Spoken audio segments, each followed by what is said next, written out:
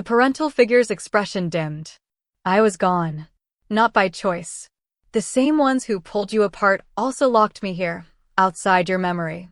They knew if I reached you, the split would never hold. Ethan stepped closer. And you've been here all this time? Waiting, they said.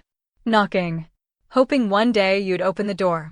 The golden light around them pulsed faintly, as though responding to their words. Now that you're here, we can undo what they did to you. I can separate the merge, return Ethan, Eden, and the Guardian as they were meant to be. The words hit him like a wave. You can undo this? Yes, they said, but you must decide quickly. Every moment you stay merged, the bond deepens. Soon, not even I will be able to unweave it. Eden's voice in his mind was sharp. Ethan, don't listen. We've fought too hard to be whole again. The figure in the sweater agreed. And if they're lying, we'll be giving up everything for nothing. Ethan's hands curled into fists. If I undo the merge, what happens to the meadow? It returns to its original form, the figure replied. Safe. Untouched by the woman or the collector. And the collector? Ethan asked. They'll lose their hold, the figure said. Completely. It was a tempting offer, too tempting. A sudden shift in the light made Ethan glance over his shoulder. Through the open shadow doorway, he saw the faint outline of the silver-coated woman, and beside her, the collector. Neither had crossed the threshold, but both were watching. The parental figure's voice softened. They can't reach you here. Only you decide what happens next. Eden's voice pressed against his thoughts. Don't break us apart. The figure's voice was steady but cautious. Be sure. If you undo this, there's no going back. Ethan looked at the parental figure, at the light swirling gently around them, and felt the weight of every choice he'd made since this began. And for the first time, he wasn't sure which loss would be worse. Losing the merge or keeping it. The golden light dimmed, like the sun setting too fast. What had felt endless now pulsed in rapid waves, each beat pulling the edges of the space inward. The air itself thickened, heavy with urgency.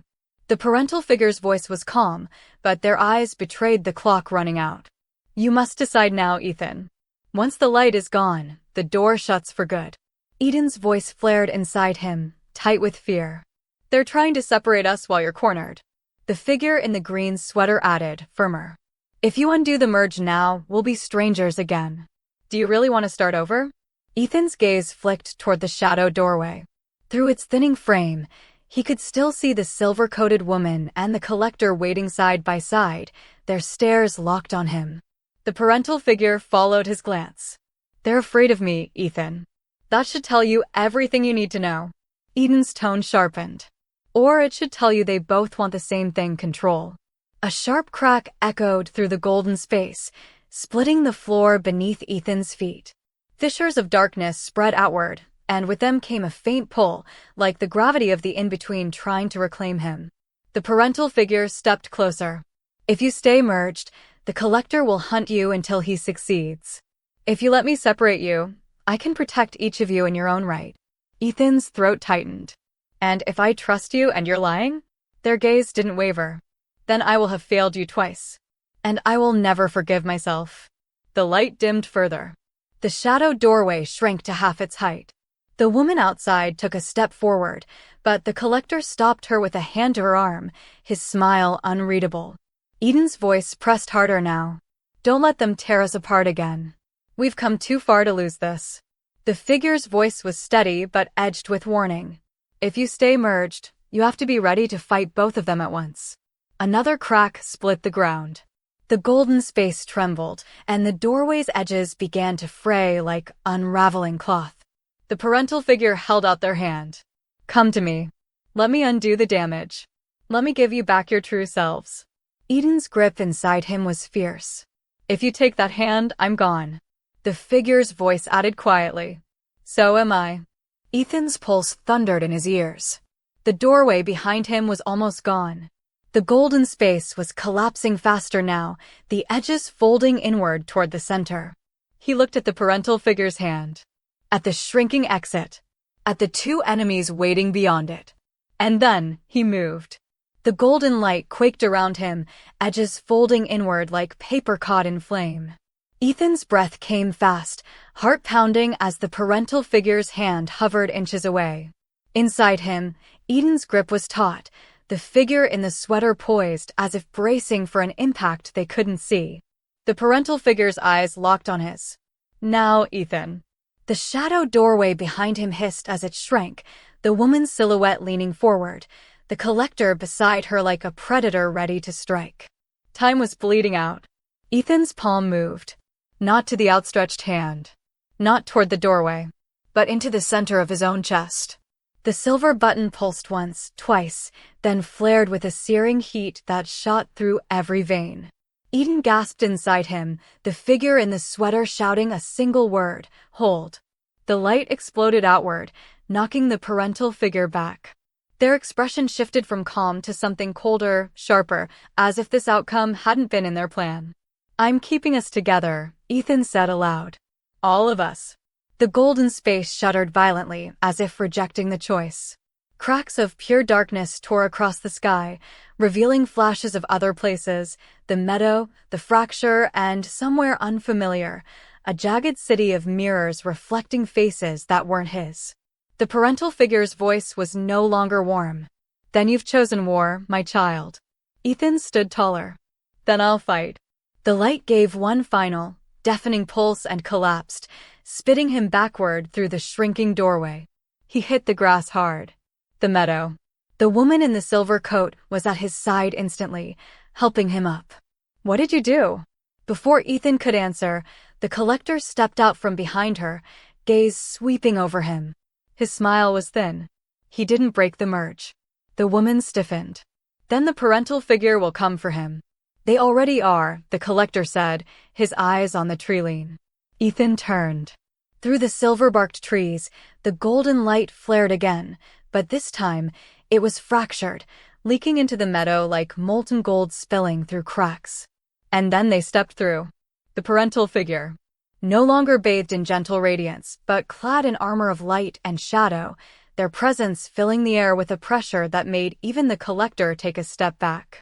Their voice carried like a tolling bell. "You refused my offer.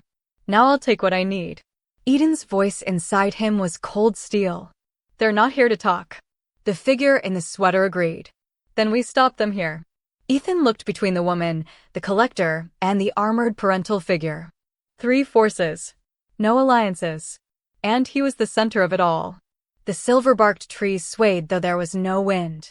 Light from the cracked doorway spilled across the grass, staining it gold in jagged streaks. The parental figures stepped forward, their armor shifting between radiance and shadow, each step leaving a faint scorch in the meadow. On Ethan's right, the silver-coated woman's posture was low, calculating, her hand already reaching into her coat for something unseen.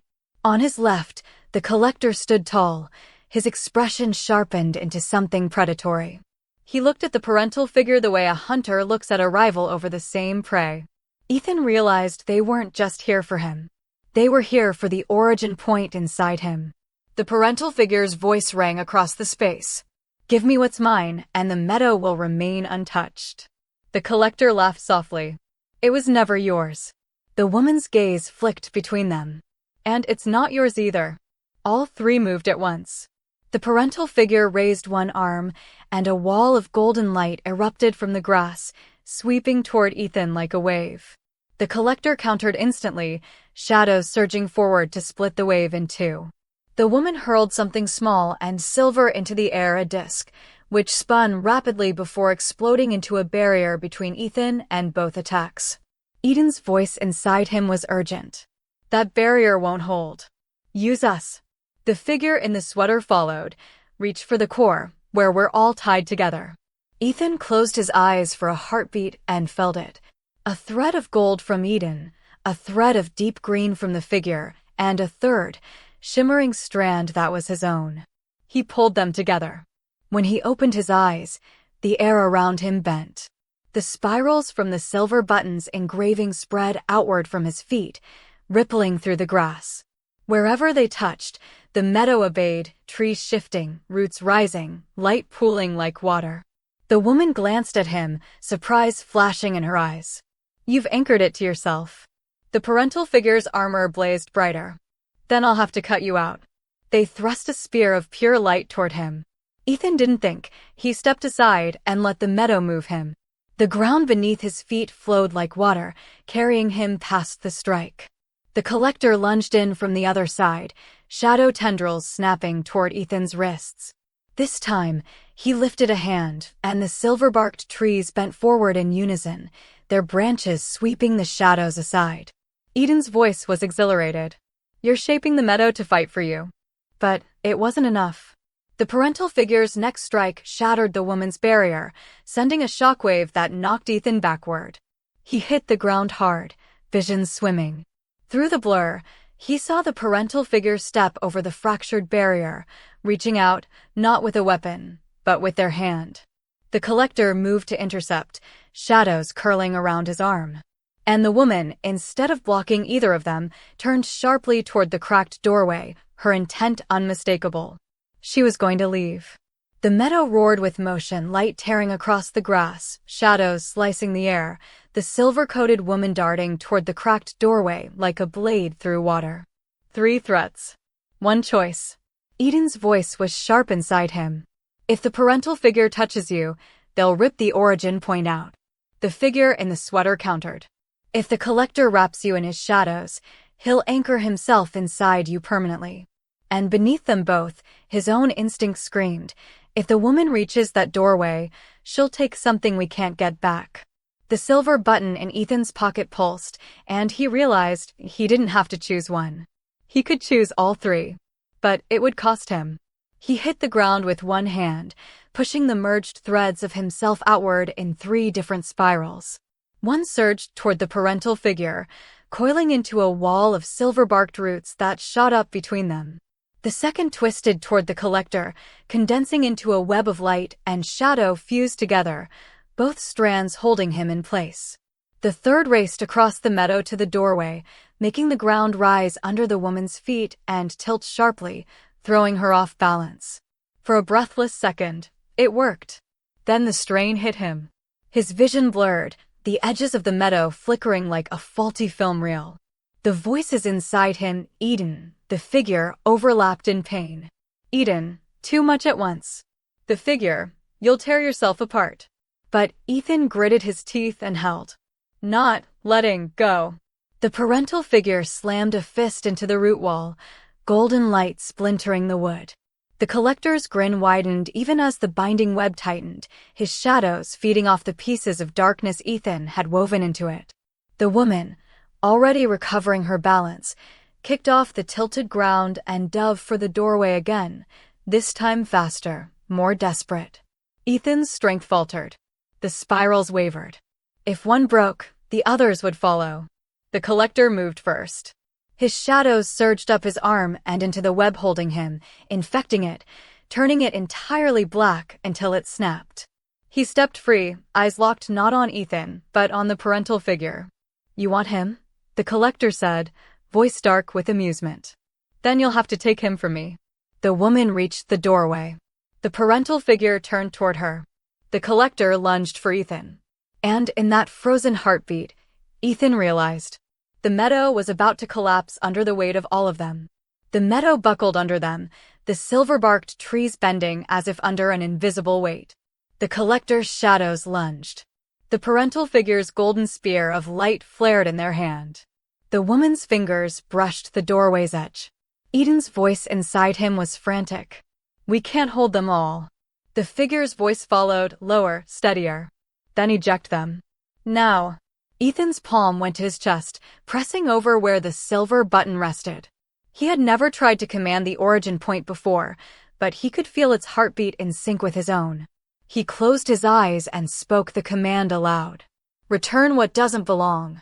The meadow answered instantly.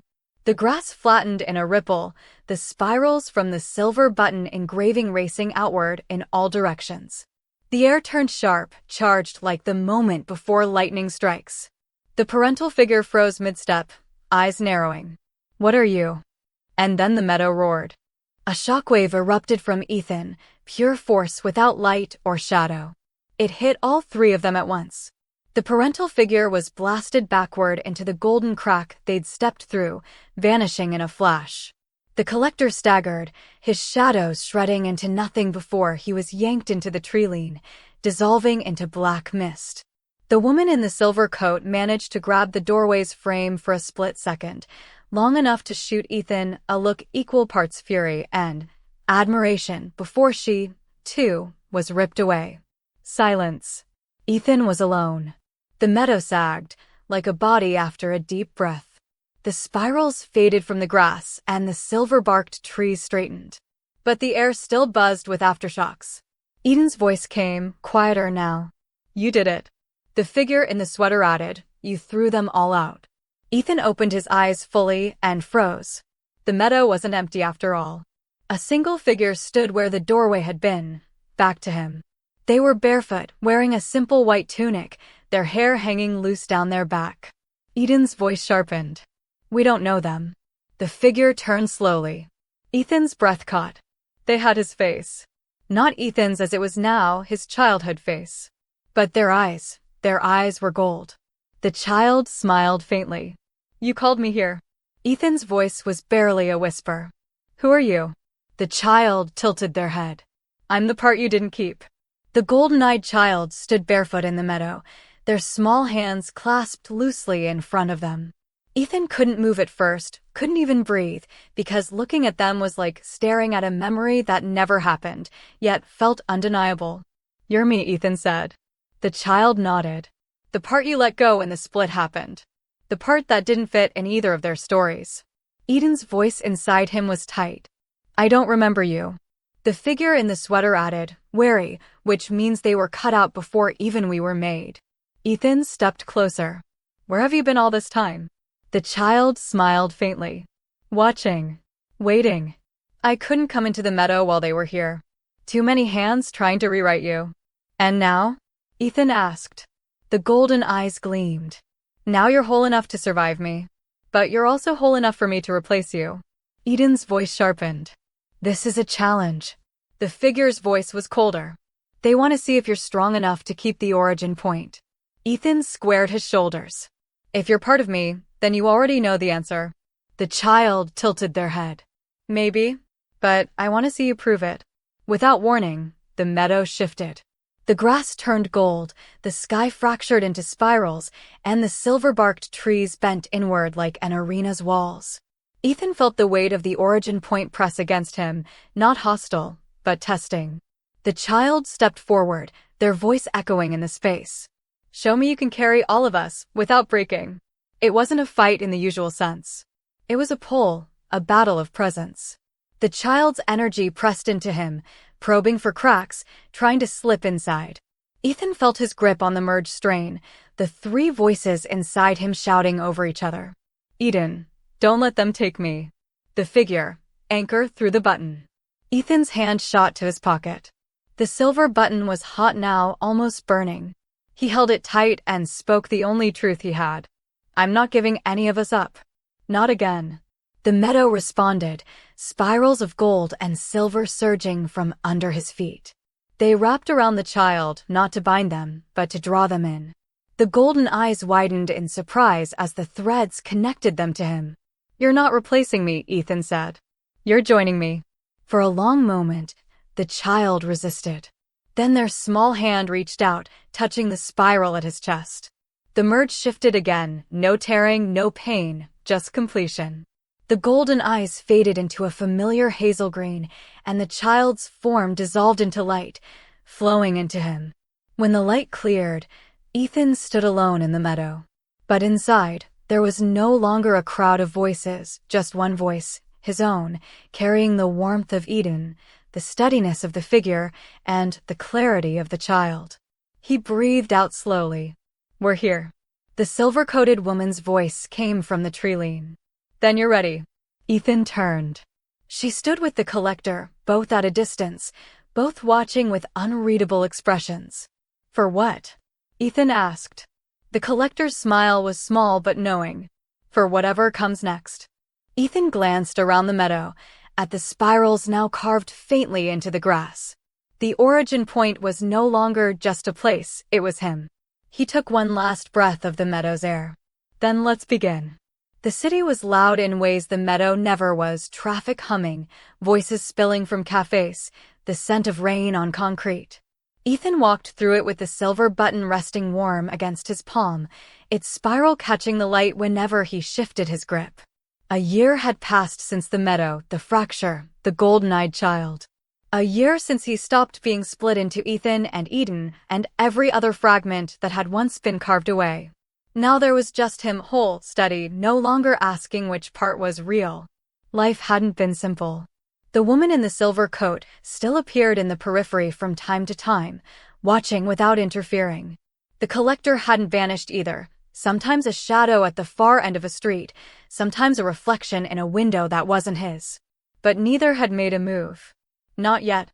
And the parental figure? Gone.